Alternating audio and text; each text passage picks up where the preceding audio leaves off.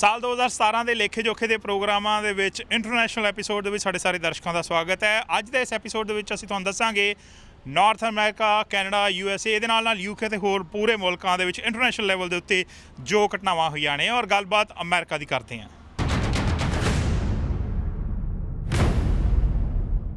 ਜੇ ਅਮਰੀਕਾ 'ਚ ਹੋਈਆਂ ਖਾਸ ਘਟਨਾਵਾਂ ਅਤੇ ਉਪਲਬਧੀਆਂ ਦੀ ਗੱਲ ਕਰੀਏ ਔਰ ਸਿੱਖ ਭਾਈਚਾਰੇ ਦੀ ਖਾਸ ਤੌਰ 'ਤੇ ਗੱਲ ਕਰੀਏ ਤਾਂ ਸਾਲ ਦੇ ਆਖਰ ਦੇ ਨੇੜੇ ਸਭ ਤੋਂ ਵੱਡੀਆਂ ਅਚੀਵਮੈਂਟਸ ਨਜ਼ਰ ਆਈਆਂ ਨੇ। ਹੋਬਕਨ ਦੇ ਵਿੱਚ ਪੱਗਧਾਰੀ ਪੂਰੇ ਸਿੱਖੀ ਸਰੂਪ ਵਾਲੇ ਮੇਅਰ ਦੀ ਚੋਣ ਹੋਈ ਹੈ, ਰਵੀ ਭੱਲਾ ਬਣੇ ਨੇ ਔਰ ਯੂਬਾ ਸਿਟੀ ਦੇ ਵਿੱਚ ਪਹਿਲੀ ਸਿੱਖ ਮੇਅਰ ਪ੍ਰੀਤ ਦੜਬਲ ਨੂੰ ਮੌਕਾ ਮਿਲਿਆ ਹੈ ਸਿਟੀ ਨੂੰ ਲੀਡ ਕਰਨ ਦਾ। ਦੂਜੇ ਪਾਸੇ ਸਿੱਖ ਪਿਛੋਕੜ ਵਾਲੀ ਨਿੱਕੀ ਹੇਲੀ ਨੇ ਅਮਰੀਕਾ ਨੂੰ ਰੈਪਰੈਜ਼ੈਂਟ ਕੀਤਾ ਹੈ ਯੂਨਾਈਟਿਡ ਨੇਸ਼ਨ ਦੇ ਵਿੱਚ। This presents an opportunity for me not to just help Hoboken, but to help all Sikhs, that we are peace-loving people, we love our country, we love the United States, and that we believe in service, that we want to serve the community, and that means not just the Sikh community, but American society, our towns, our cities. This is the message that Sikhism is about, and hopefully by being a Sikh mayor, we can send that message to the rest of the world. ਸਾਲ ਤੁਸੀਂ city ਨੂੰ ਦਿੱਤੇ ਆ services ਦੇ ਵਿੱਚ, ਉਸ ਤੋਂ ਬਾਅਦ ਵਾਈਸ ਮੇਅਰ ਵੀ ਬਣੇ ਔਰ ਉਸ ਤੋਂ ਪਹਿਲਾਂ ਜਿਹੜਾ ਕਿ ਮੈਂ ਤੁਹਾਡਾ ਪੜ੍ਹਿਆ ਵਾ ਉਹਦੇ 'ਚ ਤੁਸੀਂ ਖੇਤਾਂ ਤੱਕ ਵਿੱਚ ਕੰਮ ਕੀਤਾ ਹੋਇਆ। ਇੰਨੀ ਮਿਹਨਤ ਕਰਨ ਦੇ ਬਾਵਜੂਦ ਜਦੋਂ ਇਸ ਲੈਵਲ ਤੇ ਪਹੁੰਚਦੇ ਕੀ ਮਹਿਸੂਸ ਕਰਦੇ ਹੋ? I don't know what to say. But ਖੁਸ਼ੀ ਬਹੁਤ ਆ ਤੇ ਮੈਂ ਨਿਆਣਿਆਂ ਨੂੰ example ਛੋਟੀਆਂ ਬੱਚੀਆਂ ਨੂੰ ਜੇ ਅੱਜ ਯੂਨਾਈਟਿਡ ਸਟੇਟਸ ਫਲੈਗਸ ਛੋਟੀਆਂ ਕੁੜੀਆਂ ਲਈ ਵੀ ਉਹਨਾਂ ਨੂੰ ਸਾਰਿਆਂ ਨੇ ਐਗਜ਼ਾਮਪਲ ਹੋਏ ਵੀ what your priorities will be priorities will be our youth and our families to gain more understanding, civic engagement, provide more services as far as efficiency in our government processes. Like I said, our Summer at City Hall program to educate our students about how local government works and be more of a participant. Courage can change the world if you let it. And that courage is not an easy thing. It's not easy to speak up. But you have to look at the people that die because of it. You have to look at the people that are abused because of it. Are we willing to turn a blind eye in the name of politics? We can't do that. And so I think that what I'm trying to do, and I think what I hope the US can do, is push the Human Rights Council to be so strong and so reputable that we would want to be a part of it, that we would want to see it strong, that we would want to stay in it. That's my hope. That's my goal.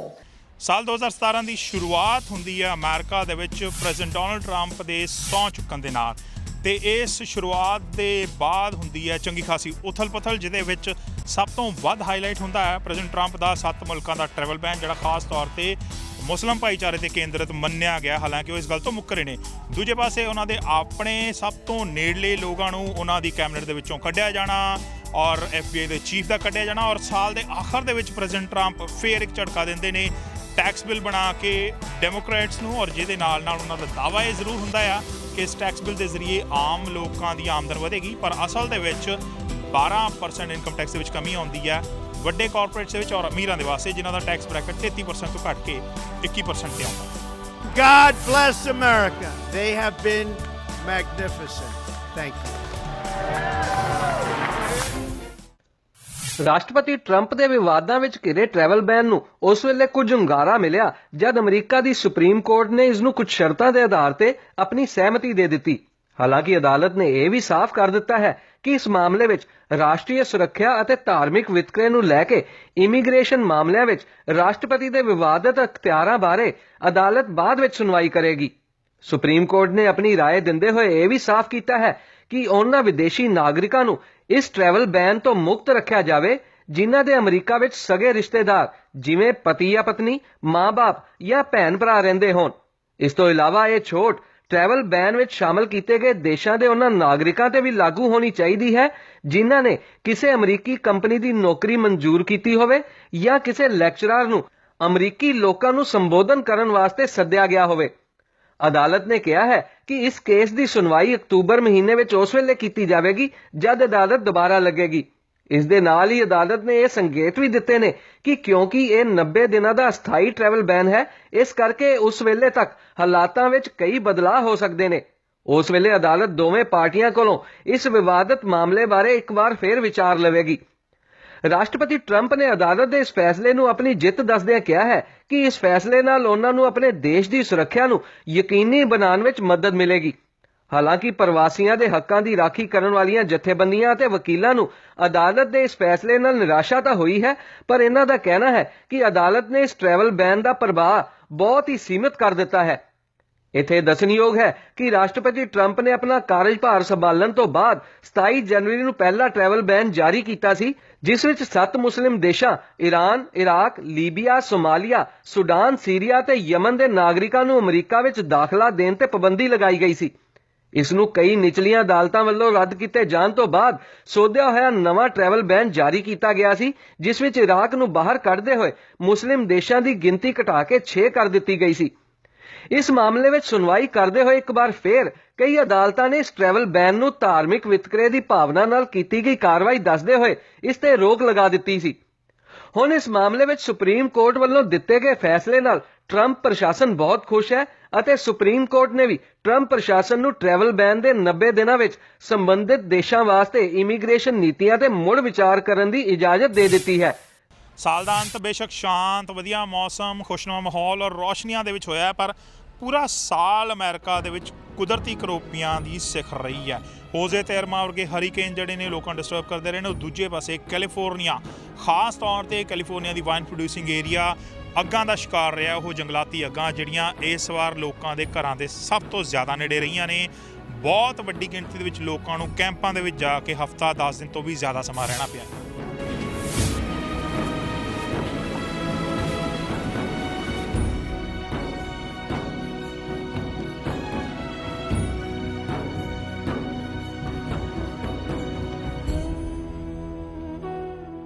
California ਸੂਬੇ ਦੀ ਮੈਰੀਪੋਸਾ County ਦੇ ਜੰਗਲਾਤੀ ਇਲਾਕੇ ਵਿੱਚ ਲੱਗੀ ਡੈਟਵਾਇਲਰ fire ਲਗਾਤਾਰ ਅੱਗੇ ਵਧ ਰਹੀ ਹੈ ਅਤੇ ਇਹ ਹੁਣ ਤੱਕ 74,000 ਏਕੜ ਤੋਂ ਵੀ ਵੱਧ ਰਕਬੇ ਨੂੰ ਆਪਣੀ ਚਪੇਟ ਵਿੱਚ ਲੈ ਚੁੱਕੀ ਹੈ।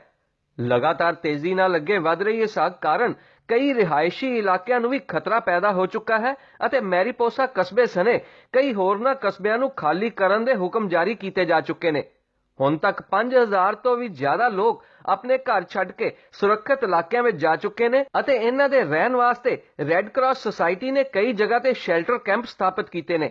ਜ਼ਿਕਰਯੋਗ ਹੈ ਕਿ ਇਸ ਡੈਟਵਾਇਲਰ ਫਾਇਰ ਕਾਰਨ ਹੁਣ ਤੱਕ 58 ਤੋਂ ਜ਼ਿਆਦਾ ਘਰ ਤਬਾਹ ਹੋ ਚੁੱਕੇ ਨੇ ਅਤੇ ਕਈ ਦਰਜਨ ਹੋਰ ਛੋਟੇ ਬੰਤਰ ਨੁਕਸਾਨੇ ਜਾ ਚੁੱਕੇ ਨੇ।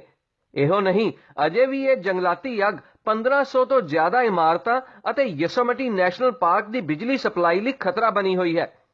ਹਜ਼ਾਰਾਂ ਦੀ ਗਿਣਤੀ ਵਿੱਚ ਅੱਗ ਬੁਝਾਊ ਕਰਮਚਾਰੀ ਦਿਨ ਰਾਤ ਇਸ ਅੱਗ ਤੇ ਕਾਬੂ ਪਾਉਣ ਦੀਆਂ ਕੋਸ਼ਿਸ਼ਾਂ ਕਰ ਰਹੇ ਨੇ, ਲੇਕਿਨ ਕਿਉਂਕਿ ਇਹ ਪਹਾੜੀ ਇਲਾਕਿਆਂ ਵਿੱਚ ਕਾਫੀ ਢਲਾਨ ਵਾਲੀਆਂ ਪਹਾੜੀਆਂ ਦੀਆਂ ਝਾੜੀਆਂ ਵਿੱਚ ਫੈਲੀ ਹੋਈ ਹੈ, ਇਸ ਕਰਕੇ ਅੱਗ ਬੁਝਾਊ ਦਸਤਿਆਂ ਨੂੰ ਕਾਫੀ ਮੁਸ਼ਕਲਾਂ ਪੇਸ਼ ਆ ਰਹੀਆਂ ਨੇ। ਜਿਹੜੇ ਇਲਾਕੇ ਲੋਕ ਖਾਲੀ ਕਰਕੇ ਸ਼ੈਲਟਰ ਕੈਂਪਾਂ ਵਿੱਚ ਗਏ ਨੇ, ਉਹਨਾਂ ਇਲਾਕਿਆਂ ਦਾ ਸੁਰੱਖਿਆ ਕਰਮਚਾਰੀਆਂ ਤੇ ਪੁਲਿਸ ਅਧਿਕਾਰੀਆਂ ਵੱਲੋਂ ਲਗਾਤਾਰ ਦੌਰਾ ਕੀਤਾ ਜਾ ਰਿਹਾ ਹੈ।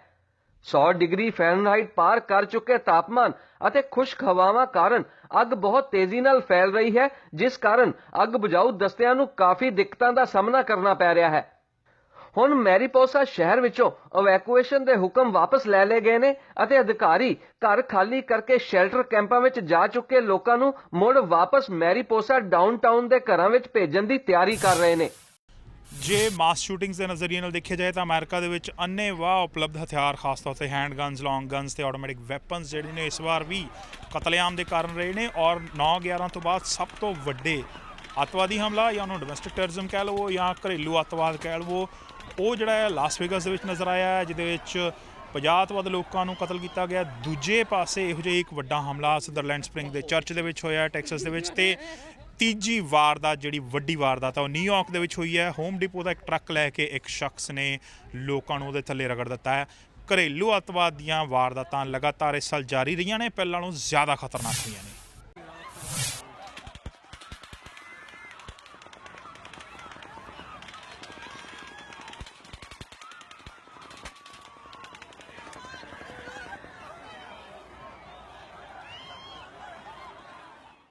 My administration will provide its full support to the great state of Texas and all local authorities investigating this horrible crime.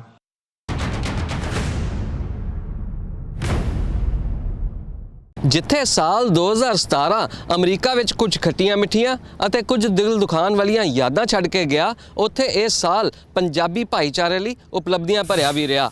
ਜੇ ਆਪਾਂ ਗੱਲ ਕਰੀਏ ਵੈਸਟ ਕੋਸਟ ਇਲਾਕੇ ਦੀ, ਤਾਂ ਯੂਬਾ ਸਿਟੀ ਵਿਖੇ ਮੇਅਰ ਦੇ ਅਹੁਦੇ ਲਈ ਪ੍ਰੀਤ ਡਿਡਬਲ ਨੂੰ ਚੁਣਿਆ ਗਿਆ। ਇੱਥੇ ਦੱਸਣਯੋਗ ਹੈ ਕਿ ਪ੍ਰੀਤ ਡਿਡਬਲ ਅਜਿਹੀ ਪਹਿਲੀ ਸਿੱਖ ਮਹਿਲਾ ਹੈ ਜੋ ਕਿਸੇ ਅਮਰੀਕੀ ਸ਼ਹਿਰ ਲਈ ਮੇਅਰ ਦੇ ਅਹੁਦੇ ਲਈ ਚੁਣੀ ਗਈ ਹੈ। ਇਹ ਪੰਜਾਬੀ ਭਾਈਚਾਰੇ ਲਈ ਅਤੇ ਸਿੱਖ ਭਾਈਚਾਰੇ ਲਈ ਬੜੀ ਮਾਣ ਵਾਲੀ ਗੱਲ ਹੈ। ਇਸ ਤੋਂ ਇਲਾਵਾ ਸਾਲ 2017 ਵਿੱਚ ਵਾਸ਼ਿੰਗਟਨ ਸੂਬੇ ਦੇ ਕੈਂਟ ਸ਼ਹਿਰ ਸਿਟੀ ਕੌਂਸਲ ਵਾਸਤੇ ਸਤਵਿੰਦਰ ਕੌਰ ਨੂੰ ਵੀ ਕੌਂਸਲ ਮੈਂਬਰ ਵਜੋਂ ਚੁਣਿਆ ਗਿਆ ਹੈ। ਇੱਥੇ ਇਹ ਵੀ ਜ਼ਿਕਰਯੋਗ ਹੈ ਕਿ ਇਸ ਸਾਲ ਹਾਰਵੀ ਤੂਫਾਨ ਵਿੱਚ ਪੰਜਾਬੀ ਭਾਈਚਾਰੇ ਵੱਲੋਂ ਵੱਧ ਚੜ੍ਹ ਕੇ ਆਪਣਾ ਸਹਿਯੋਗ ਦਿੱਤਾ ਗਿਆ ਹੈ। ਲੋਕਾਂ ਨੇ ਤਨ ਮਨ ਧਨ ਨਾਲ ਪੀੜਤਾਂ ਦੀ ਮਦਦ ਕੀਤੀ। ਇਹੋ ਨਹੀਂ, ਗੁਰੂ ਘਰਾਂ ਵੱਲੋਂ ਵੀ ਆਪਣੇ ਦਰਵਾਜ਼ੇ ਪੀੜਤਾਂ ਲਈ ਖੋਲ੍ਹ ਦਿੱਤੇ ਗਏ।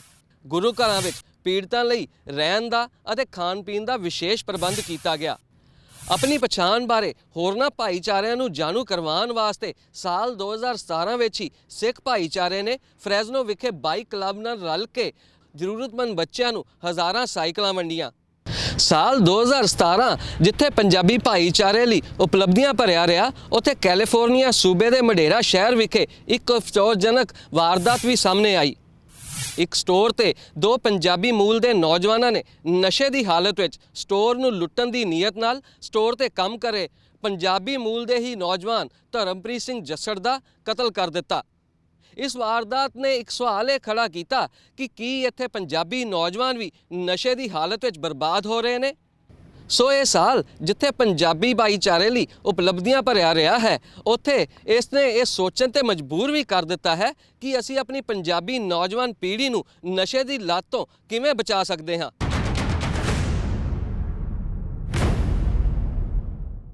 ਦੋ 2017 ਵਿੱਚ ਪ੍ਰੈਜ਼ੀਡੈਂਟ ਟਰੰਪ ਵੱਲੋਂ ਵਾਈਟ ਹਾਊਸ ਵਿੱਚ ਪ੍ਰਵੇਸ਼ ਤੋਂ ਬਾਅਦ ਆਪਣੇ ਚੁਣਾਵੀ ਏਜੰਡੇ ਨੂੰ ਇੱਕ-ਇੱਕ ਕਰਕੇ ਲਾਗੂ ਕਰਨ ਦੀਆਂ ਕੋਸ਼ਿਸ਼ਾਂ ਇਸ ਸਾਲ ਦੀਆਂ ਗਤੀਵਿਧੀਆਂ ਲਈ ਮੂਲ ਆਧਾਰ ਰਿਹਾ ਹੈ। ਉਹਨਾਂ ਵੱਲੋਂ ਟੈਕਸ ਕੱਟ ਰਿਫਾਰਮ ਇੱਕ ਅਹਿਮ ਪ੍ਰਾਪਤੀ ਵਜੋਂ ਦੇਖਿਆ ਜਾ ਰਿਹਾ ਹੈ, ਪਰ ਦੂਜੇ ਪਾਸੇ ਯਰੂਸ਼ਲਮ ਨੂੰ ਇਜ਼ਰਾਈਲ ਦੀ ਰਾਜਧਾਨੀ ਵਜੋਂ ਮਾਨਤਾ ਦੇਣਾ ਵੱਡੇ ਦੇਸ਼ਾਂ ਵੱਲੋਂ ਉਹਨਾਂ ਦੀ ਨੁਕਤਾਚੀਨੀ ਦਾ ਆਧਾਰ ਵੀ ਬਣਿਆ ਹੈ। ਮੈਕਸੀਕੋ ਵਾਲ, ਓਬਾਮਾ ਕੇਅਰ ਰਿਪੀਲ ਤੇ ਰਿਪਲੇਸ ਤੇ ਉਸ ਦੇ ਨਾਲ ਇਮੀਗ੍ਰੇਸ਼ਨ ਪਾਲਿਸੀਆਂ ਨੂੰ ਵਿੱਚ ਵੀ ਉਹਨਾਂ ਨੂੰ ਪੂਰਨ ਸਫਲਤਾ ਨਹੀਂ ਮਿਲੀ ਹੈ। ਸਾਊਥ ਏਸ਼ੀਅਨ ਖਿੱਤੇ ਵਿੱਚ ਜੇ ਦੇਖੀਏ, ਭਾਰਤ ਦੇ ਨਾਲ ਅਮਰੀਕਾ ਦੇ ਮਿੱਤਰਤਾ ਭਰਪੂਰ ਸਬੰਧ ਰਹੇ ਨੇ। ਇਵਾਂਕਾ ਟਰੰਪ ਵੱਲੋਂ ਭਾਰਤ ਦੀ ਫੇਰੀ ਨਾਲ ਅਮਰੀਕਾ ਤੇ ਭਾਰਤ ਦੇ ਵਿੱਚ ਵਪਾਰਕ ਸਬੰਧਾਂ ਦੀ ਇੱਕ ਆਧਾਰ ਭੂਮੀ ਵੀ ਤਿਆਰ ਹੋ ਗਈ ਹੈ। ਜੇ ਸਿੱਖ ਭਾਈਚਾਰੇ ਵੱਲੋਂ ਦੇਖਿਆ ਜਾਵੇ, ਭਾਵੇਂ ਉਹਨਾਂ ਨੇ ਇਸ ਟਰੰਪ ਐਡਮਿਨਿਸਟ੍ਰੇਸ਼ਨ ਦੇ ਵਿੱਚ ਕੋਈ ਅਹਿਮ ਪ੍ਰਾਪਤੀਆਂ ਨਹੀਂ ਕੀਤੀਆਂ ਹਨ, ਪਰੰਤੂ ਭਾਰਤੀ ਭਾਈਚਾਰਾ ਅਹਿਮ ਪ੍ਰਾਪਤੀਆਂ ਕਰਨ ਦੇ ਵਿੱਚ ਕਾਮਯਾਬ ਰਿਹਾ ਹੈ। ਨਿੱਕੀ ਹੇਲੀ, ਸੀਮਾ ਵਰਮਾ, ਅਜੀਤ ਪਾਈ, ਨੀਲ ਪਟੇਲ, ਰਾਜ ਸ਼ਾਹ ਤੇ ਉਹਨਾਂ ਦੇ ਨਾਲ ਕਈ ਹੋਰ ਭਾਰਤੀ ਟਰੰਪ ਐਡਮਿਨਿਸਟ੍ਰੇਸ਼ਨ ਦੇ ਵਿੱਚ ਅਹਿਮ ਅਹੁਦਿਆਂ 'ਤੇ ਤਾਇਨਾਤ ਕੀਤੇ ਗਏ ਹਨ। ਇਸ ਦੇ ਨਾਲ ਹੀ ਸਿੱਖ ਭਾਈਚਾਰੇ ਵੱਲੋਂ ELD ਦੇ ਮੁੱਦੇ 'ਤੇ ਕੀਤਾ ਗਿਆ ਪ੍ਰੋਟੈਸਟ ਉਹਨਾਂ ਦੀ ਪਹਿਚਾਣ ਬਣਾਉਣ ਦੇ ਵਿੱਚ ਭਾਵੇਂ ਕਾਮਯਾਬ ਰਿਹਾ ਹੈ, ਪਰ ਆਪਸੀ ਏਕਤਾ ਕਾਰਨ ਇਹਨਾਂ ਦੇ ਵਿੱਚ ਇਹ ਅਸਫਲਤਾ ਦਾ ਕਾਰਨ ਵੀ ਬਣਿਆ ਹੈ। ਕੁੱਲ ਮਿਲਾ ਕੇ 2017 ਭਾਰਤੀ ਭਾਈਚਾਰੇ ਤੇ ਸਿੱਖ ਭਾਈਚਾਰੇ ਲਈ ਬਹੁਤ ਸਾਰੇ ਅਹਿਮ ਸਵਾਲ ਵੀ ਪੈਦਾ ਕਰ ਗਿਆ ਹੈ, ਜਿਸ ਦਾ ਉੱਤਰ ਸ਼ਾਇਦ 2018 ਦੇ ਵਿੱਚ ਲੱਭਿਆ ਜਾ ਸਕੇ।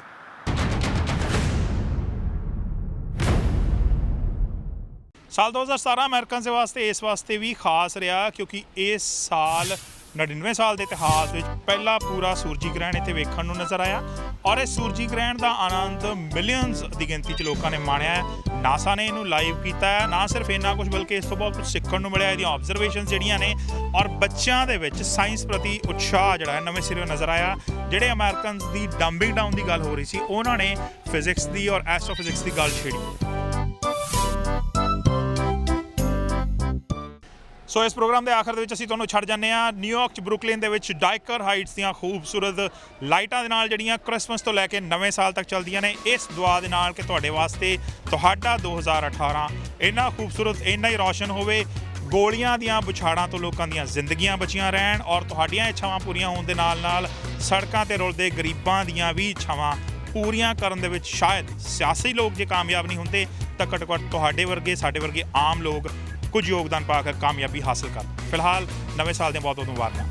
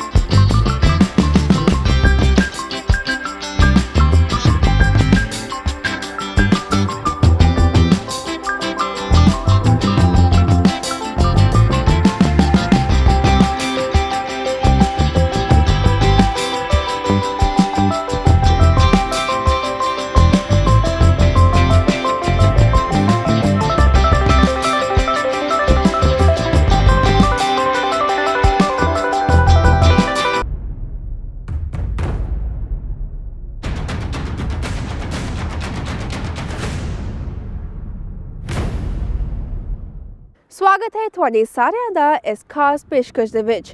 ਮੈਂ ਹਾਂ ਜਸਲੀਨ ਕਾਲਰਾ। ਅੱਜ ਦੇ ਇਸ ਸਪੈਸ਼ਲ ਐਪੀਸੋਡ ਦੇ ਵਿੱਚ ਅਸੀਂ ਨਜ਼ਰ ਪਾਵਾਂਗੇ ਸਾਲ 2017 ਦੀਆਂ ਕੁਝ ਖਾਸ ਝਲਕੀਆਂ ਉੱਤੇ। ਨਜ਼ਰ ਰਹੇਗੀ ਪੰਜਾਬੀਆਂ ਵੱਲੋਂ ਕੈਨੇਡਾ ਦੇ ਵਿੱਚ ਕੀਤੀ ਗਈ ਅਚੀਵਮੈਂਟ ਸਣੇ ਕੁਝ ਹੋਰ ਸਰਗਰਮੀਆਂ ਉੱਤੇ। ਆਓ ਸ਼ੁਰੂ ਕਰਦੇ ਹਾਂ ਇੱਕ ਖਾਸ ਪੇਸ਼ਕਸ਼। ਪੰਜਾਬੀਆਂ ਲਈ 2017 ਦੇ ਵਿੱਚ ਸਭ ਤੋਂ ਵੱਡੀ ਅਚੀਵਮੈਂਟ ਸੀ ਜਦ ਜਗਮੀਤ ਸਿੰਘ ਫੈਡਰਲ ਲੀਡਰ ਬਣ ਕੇ ਅੱਗੇ ਆਏ। ਜਗਮੀਤ ਸਿੰਘ ਨੇ ਫੈਡਰਲ ਪੋਲਿਟਿਕਸ ਦੇ ਵਿੱਚ ਸ਼ਾਨਦਾਰ ਐਂਟਰੀ ਮਾਰੀ ਤੇ ਨਾਲ ਹੀ ਇੱਕ ਨਵਾਂ ਇਤਿਹਾਸ ਸਿਰਜਿਆ। ਜਗਮੀਤ ਸਿੰਘ ਪਹਿਲੇ ਦਸਤਾਰਧਾਰੀ ਸਿੱਖ ਹਨ ਜੋ NDP ਦੇ ਫੈਡਰਲ ਲੀਡਰ ਨਿਯੁਕਤ ਹੋਏ। ਉਹਨਾਂ ਦੀ ਇਸ ਜਿੱਤ ਦੇ ਨਾਲ ਪੂਰੇ ਭਾਈਚਾਰੇ ਦੇ ਵਿੱਚ ਖੁਸ਼ੀ ਪਾਈ ਗਈ। ਆਪਣੇ ਤਿੰਨ ਵੱਧ ਤਜਰਬੇਕਾਰ ਵਿਰੋਧੀਆਂ ਨੂੰ ਪਿੱਛੇ ਛੱਡਦਿਆਂ 38 ਸਾਲਾ ਜਗਮੀਤ ਸਿੰਘ ਨੇ NDP ਦਾ ਆਗੂ ਬਣ ਕੇ ਨਵਾਂ ਇਤਿਹਾਸ ਸਿਰਜ ਦਿੱਤਾ ਹੈ। ਪਹਿਲੀ ਵਾਰੀ ਕਿਸੇ ਪਗੜੀਧਾਰੀ ਸਿੱਖ ਨੂੰ ਫੈਡਰਲ ਨਿਊ ਡੈਮੋਕ੍ਰੈਟਿਕ ਦਾ ਆਗੂ ਬਣਨ ਦਾ ਮਾਣ ਹਾਸਲ ਹੋਇਆ ਹੈ। Jagmeet Singh, number of votes 35,266।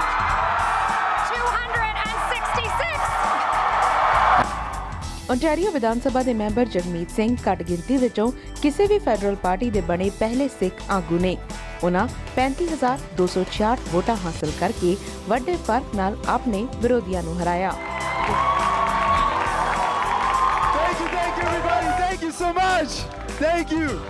Jagmeet Singh ਵੱਲੋਂ ਹਾਸਲ ਕੀਤੀਆਂ ਗਈਆਂ ਵੋਟਾਂ ਦਾ ਵਕਫਾ ਹੀ ਇੰਨਾ ਸੀ ਕਿ ਇਸ ਦੇ ਜ਼ਾਹਿਰ ਤੌਰ ਉੱਤੇ ਨਜ਼ਰ ਆਉਣ ਤੋਂ ਬਾਅਦ ਟੋਰਾਂਟੋ ਹੋਟਲ ਦੇ ਮੀਟਿੰਗ ਰੂਮ ਵਿੱਚ ਜਗਮੀਤ ਦੀ ਜਿੱਤ ਦਾ ਅਹਿਸਾਸ ਹੁੰਦਿਆਂ ਹੀ ਉਹਨਾਂ ਦੇ ਸਮਰਥਕਾਂ ਨੇ ਉਹਨਾਂ ਨੂੰ ਮੋਢਿਆਂ ਉੱਤੇ ਚੁੱਕ ਲਿਆ ਅਤੇ ਸਾਰਿਆਂ ਦੀਆਂ ਅੱਖਾਂ ਵਿੱਚ ਖੁਸ਼ੀ ਦੇ ਹੰਝੂ ਸਨ। Today is testament to an incredible team and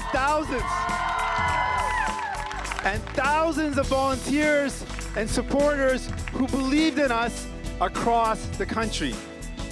So before going any further, I want to take a moment now and I ask everybody in this room to acknowledge all of the incredible teams in this campaign. Every single candidate's team ever deserves acknowledgement.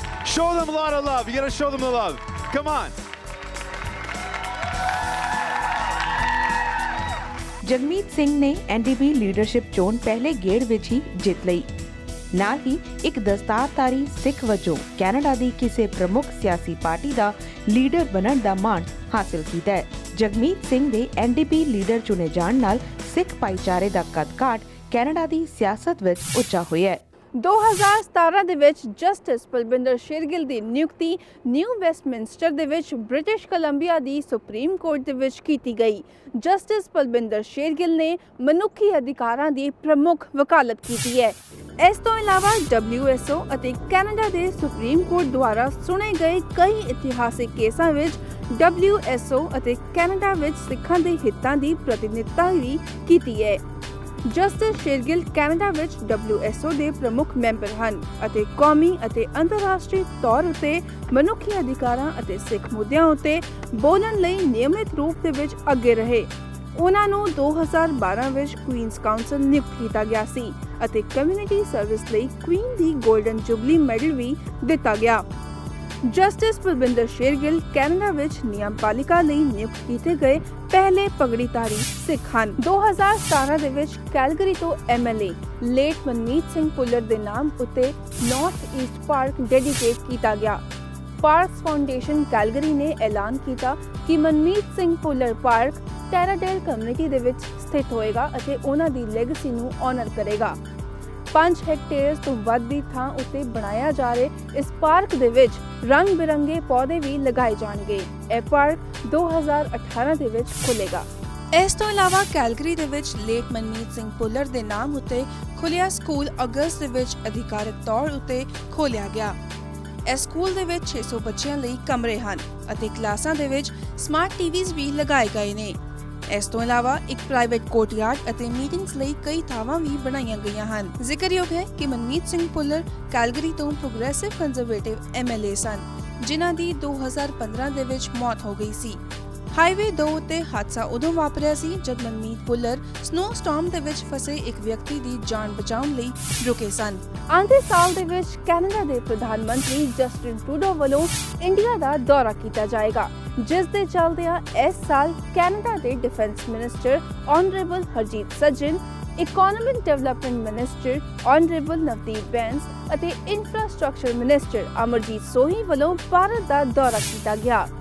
ਇਸ ਦੌਰੇ ਦੌਰਾਨ Canada ਵੱਲੋਂ ਪਹਿਲੀ ਵਾਰੀ 23rd technology summit ਦੇ ਵਿੱਚ 165 ਕੰਪਨੀਆਂ ਦੇ ਸਾਹਮਣੇ ਲਾਰਜੈਸਟ ਬਿਜ਼ਨਸ ਡੈਲੀਗੇਸ਼ਨ ਨੂੰ ਲੀਡ ਕੀਤਾ ਗਿਆ।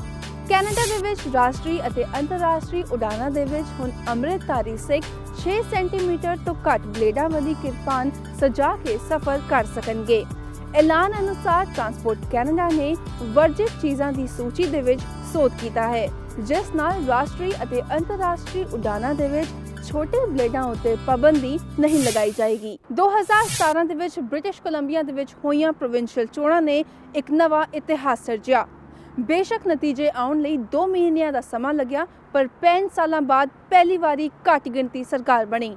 ਇੰਨਾ ਹੀ ਨਹੀਂ, 7 ਪੰਜਾਬੀਆਂ ਨੇ BC ਲੈਜਿਸਲੇਚਰ ਦੇ ਵਿੱਚ ਆਪਣੀ ਥਾਂ ਪੱਕੀ ਕੀਤੀ। ਪਿਛਲੇ 65 ਸਾਲਾਂ ਵਿੱਚ ਪਹਿਲੀ ਵਾਰ ਘੱਟ ਗਿਣਤੀ ਸਰਕਾਰ ਵਰਗੇ ਨਤੀਜੇ ਸਾਹਮਣੇ ਆਉਣ ਤੇ 16 ਸਾਲਾਂ ਬਾਅਦ ਬ੍ਰਿਟਿਸ਼ ਕੋਲੰਬੀਆ ਦੇ ਵਿੱਚ ਨਵੀਂ ਸਰਕਾਰ ਬਣੀ ਅਤੇ ਜੌਨ ਹੌਰਗਨ ਨੇ BC ਦੇ 36ਵੇਂ ਪ੍ਰੀਮੀਅਰ ਵਜੋਂ ਸਹੁੰ ਚੁੱਕੀ।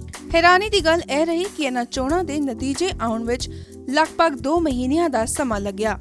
ਸਾਬਕਾ ਪ੍ਰੀਮੀਅਰ ਕ੍ਰਿਸਟੀ ਕਲਾਰਕ ਦੀ ਅਗਵਾਈ ਵਿੱਚ ਲਿਬਰਲਸ ਨੇ 87 ਸੀਟਾਂ ਵਿੱਚੋਂ 43 ਸੀਟਾਂ ਤੇ ਜਿੱਤ ਹਾਸਲ ਕੀਤੀ ਸੀ, ਜਦਕਿ NDP ਨੇ 41 ਅਤੇ ਗ੍ਰੀਨ ਪਾਰਟੀ ਨੇ 3 ਸੀਟਾਂ ਉੱਤੇ ਕਬਜ਼ਾ ਕੀਤਾ। ਬੇਸ਼ੱਕ ਲਿਬਰਲ ਪਾਰਟੀ ਨੇ ਇਹਨਾਂ ਚੋਣਾਂ ਵਿੱਚ ਬਾਜ਼ੀ ਜ਼ਰੂਰ ਮਾਰੀ, ਪਰ ਇੱਕ ਸੀਟ ਦੇ ਫਰਕ ਨਾਲ ਸਰਕਾਰ ਬਣਾਉਣ ਤੋਂ ਪਿੱਛੇ ਰਹੀ।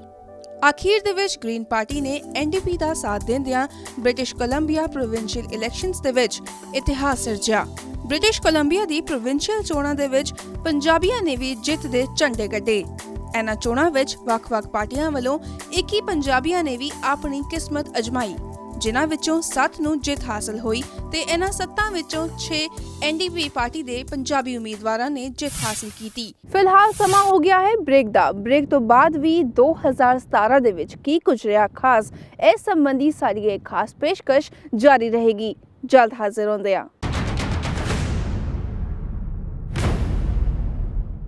ਸਾਲ 2017 ਦੇ ਵਿੱਚ ਜਿੱਥੇ ਪੰਜਾਬੀਆਂ ਨੇ ਕਾਮਯਾਬੀ ਦੇ ਝੰਡੇ ਗੱਡੇ, ਉੱਥੇ ਹੀ ਦੂਜੇ ਪਾਸੇ ਕੁਝ ਅਜਿਹੀਆਂ ਖਬਰਾਂ ਵੀ ਆਈਆਂ ਜਿਸ ਨਾਲ ਕਮਿਊਨਿਟੀ ਦਾ ਨਾਮ ਬਦਨਾਮ ਕੀਤਾ ਗਿਆ। ਗੱਲ ਕਰੀਏ ਕ੍ਰਾਈਮ ਨਾਲ ਜੁੜੀਆਂ ਖਬਰਾਂ ਦੀ ਤਾਂ ਕੈਨੇਡਾ ਦੀ ਅਲਬਰਟਾ ਸਰਹੱਦ ਉੱਤੇ 2 ਦਸੰਬਰ ਨੂੰ 1 ਕੁਇੰਟਲ ਕੋਕੀਨ ਲੈ ਕੇ ਜਾ ਰਹੇ ਪੰਜਾਬੀ ਜੋੜੇ ਨੂੰ ਫੜਿਆ ਗਿਆ। ਟਰੱਕ ਚਾਲਕ ਪਤੀ ਪਤਨੀ ਦੀ ਪਛਾਣ ਕੈਲੀਫੋਰਨੀਆ ਨਿਵਾਸੀ ਗੁਰਮਿੰਦਰ ਸਿੰਘ ਤੂਰ ਅਤੇ ਕਿਰਨਦੀਪ ਕੌਰ ਵਜੋਂ ਹੋਈ। ਜਿਸ ਟਰੱਕ ਨੂੰ ਇਹ ਚਲਾ ਰਹੇ ਸਨ ਉਹ ਸਬਜ਼ੀਆਂ ਨਾਲ ਲੱਦਿਆ ਹੋਇਆ ਸੀ ਅਤੇ ਉਸ ਵਿੱਚ ਕਰੋੜਾਂ ਰੁਪਏ ਦਾ ਨਸ਼ਾ ਛੁਪਾਇਆ ਹੋਇਆ ਸੀ।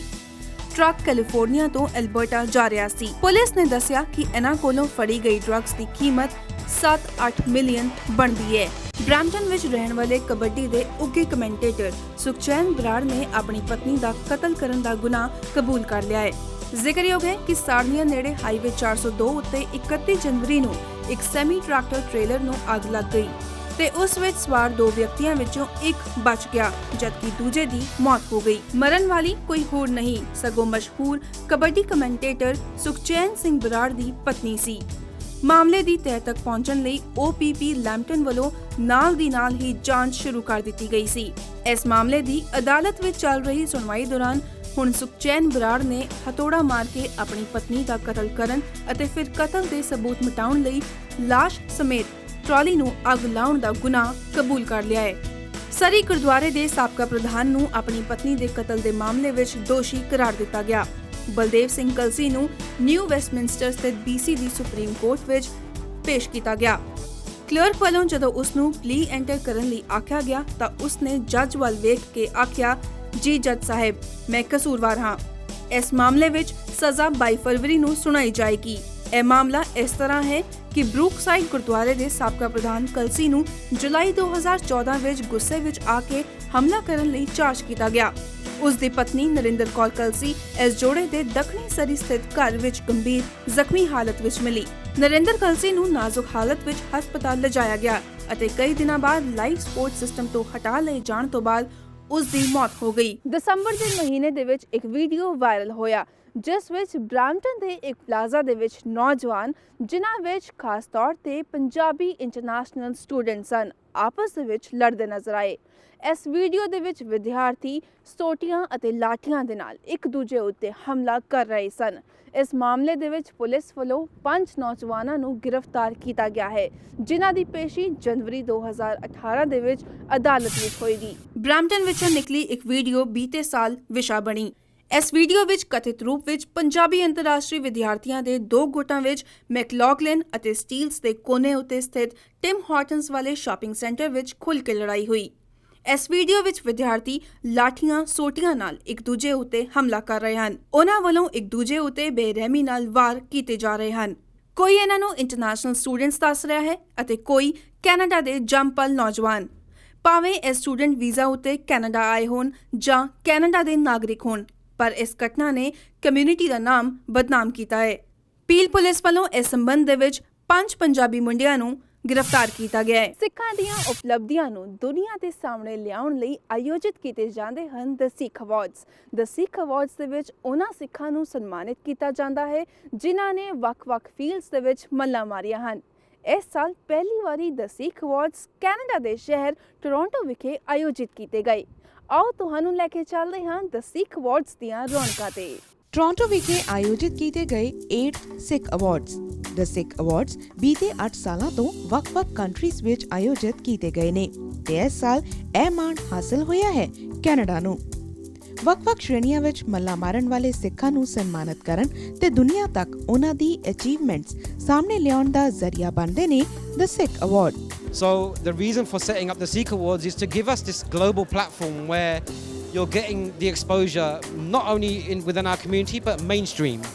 So with all this identity confusion and mistaken identity going around, it's important for Sikhs to get recognised during the mainstream and for people to know the difference in our community. And then when we're highlighting the people we honour, people are amazed that these people actually exist and they're doing their day-to-day jobs every day. Star-studded ceremony ਵਿੱਚ UK, USA, Australia, Europe, Africa, Middle East ਤੇ Asia ਤੋਂ ਮਹਿਮਾਨ ਪਹੁੰਚੇ ਸਨ। ਇਸ ਵਾਰ ਮੁੱਖ category ਸਨ Sikhs in Business, Sikhs in Charity, Sikhs in Education, Entertainment, Media, Profession, Seva, Sports, People's Choice ਤੇ Special Recognition Award। ਮੇਰੇ ਵਾਸਤੇ ਬਹੁਤ ਪ੍ਰਾਊਡ ਦੀ ਗੱਲ ਹੈ ਕਿ ਪਾਕਿਸਤਾਨ ਗੁਰੂ ਨਾਨਕ ਦੇਵ ਜੀ ਦੀ ਧਰਤੀ ਹੈ ਜਿੱਥੋਂ ਸਿੱਖੀ ਦੀ ਸ਼ੁਰੂਆਤ ਹੋਈ ਸੀ।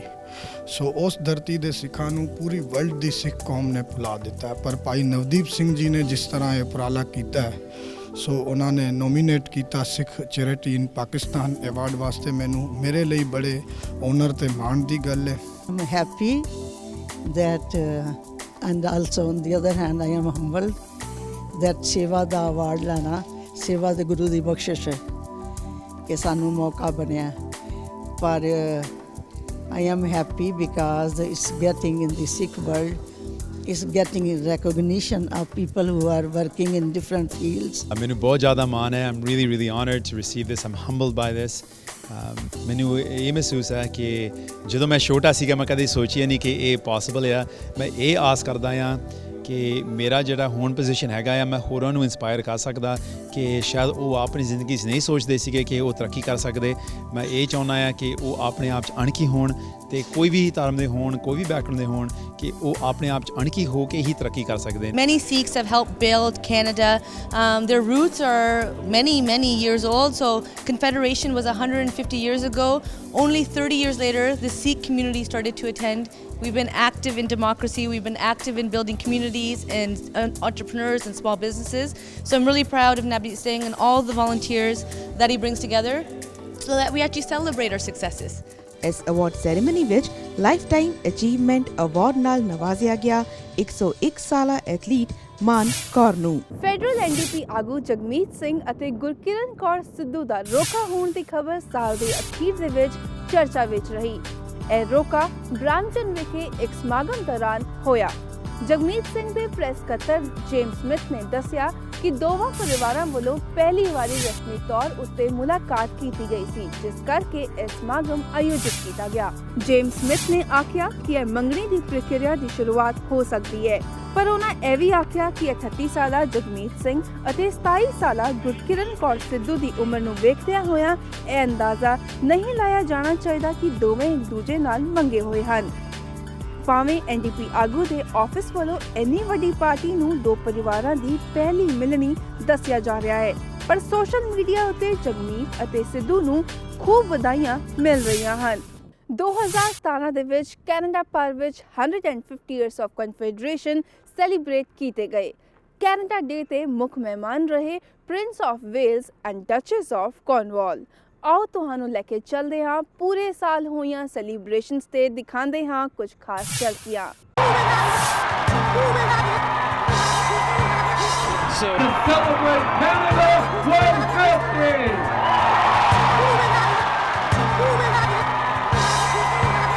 Please join us in welcoming Walk Off the Earth!